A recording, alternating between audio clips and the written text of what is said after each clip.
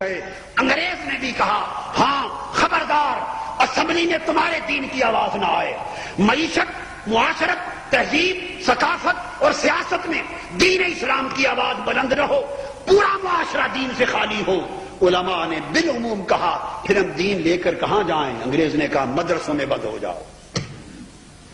غریب بچوں کو پکڑو اور 12 سال 10 سال ان کو قال اللہ و قال رسول پڑھا کے مسجدوں کے امام بنا دو. مدرسوں سے نکلیں، مسجدوں میں چلے جائیں اور وہیں سے جنازے اٹھ جائیں.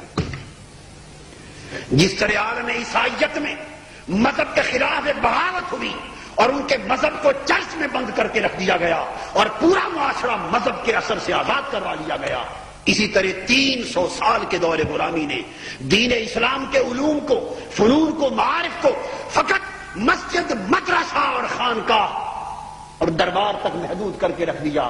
اور دربار میں جاؤ ذکر الہی کا نام لو، مسجد میں جاؤ نمازیں پڑھو، اللہ کے دین کا نام لو، جنازے پر نام لو، قرخانی پر نام لو، مدرسوں میں جاؤ خدا رسول کا حکم پڑھو اور سناؤ.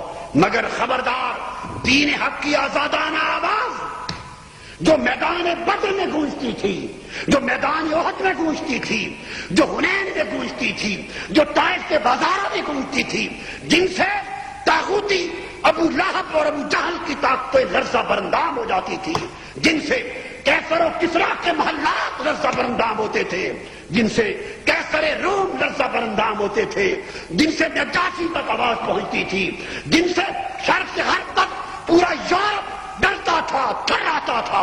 خبردار دین کی وہ انقلابی آواز کہیں گونجنے نہ پائے.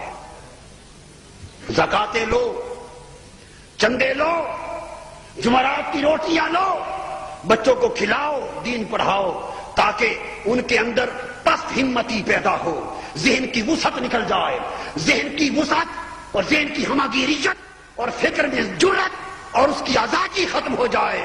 وہ بیچارے غریب مدرسوں سے نکلیں اور سمجھیں یہی غنیمت ہے کہ قال اللہ و قال رسول کر رہے ہیں، یہی غنیمت ہے اللہ رسول کا نام تو لے رہے ہیں، یہی غنیمت ہے اللہ رسول کا ذکر، حکم، قرآن، حدیث پڑھا تو رہے ہیں، بس وہ پڑھاؤ اور مسجدوں میں جا کے سناؤ، ختم، خلاص. اس کے بعد کوئی مولوی سیاست کی طرف نہ آنے پائے. دین کا نام لینے والوں کو مولوی کی ٹرم دے دی گئی.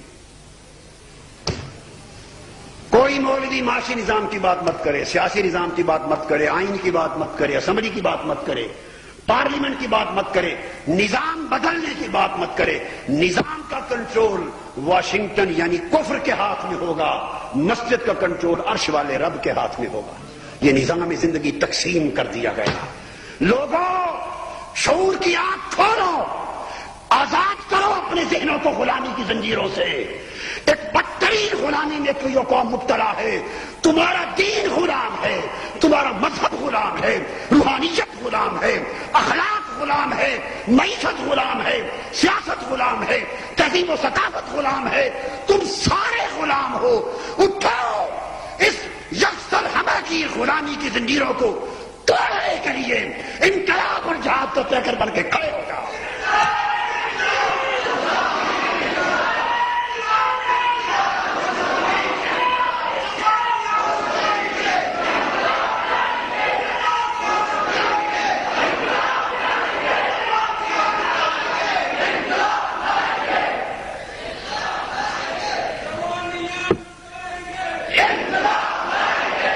مصطفی انقلاب کے کارکنوں، آپ ایک عظیم جہاد کے سفر پر ہیں.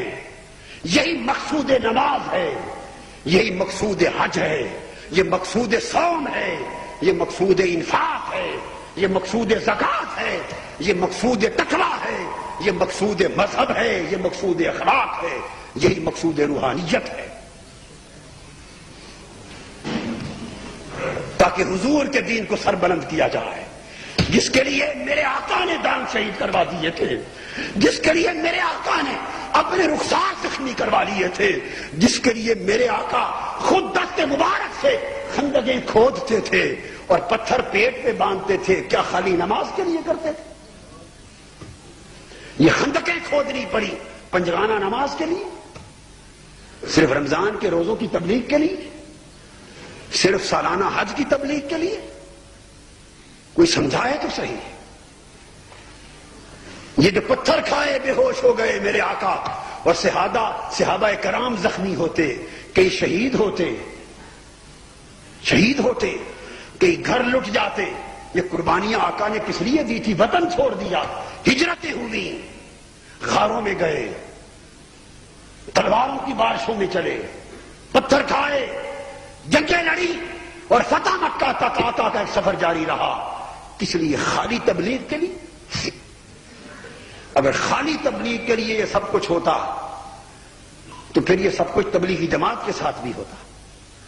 تبلیغی جماعت کو تو کوئی جنگ نہیں پڑتی، ان کے راستے میں تو کوئی بدر اور احد نہیں آتا، ان پر تو کوئی تہمت نہیں لگتی، ان پر تو کوئی پتھر نہیں گرتا، ان کی تو کوئی مخالفت اور مزاحمت نہیں ہوتی.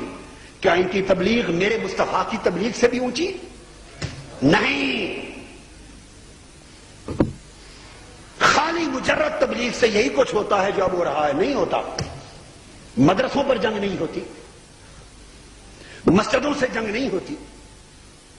جہاں خالی تبلیغ ہوگی، جہاں صرف اذان اور نماز ہوگی، جہاں صرف قرآن حدیث کا سبق ہوگا، وہاں کوئی پتھر نہیں پڑے گا، وہاں کوئی تلوار نہیں چمکے گی، وہاں کوئی حملہ نہیں ہوگا، وہاں کوئی مخالفت مزاحمت نہیں ہوگی، وہاں عزت پر کوئی حملے نہیں ہوں گے، وہاں اخباروں رسالوں میں کوئی تہمتیں نہیں لگائی جائیں گی. اس لیے کہ آپ نے ان کا راستہ چھوڑ دیا ہے اور ان کو آزادی دے دی ہے. جب آپ خود ان کے راستے سے ہٹ کر انہیں آزادی دے کر ایک کونے سے لگ گئے ہیں تو انہیں کیا ضرورت ہے آپ بیٹھ مجھے مار کیوں چھیڑے آپ کو؟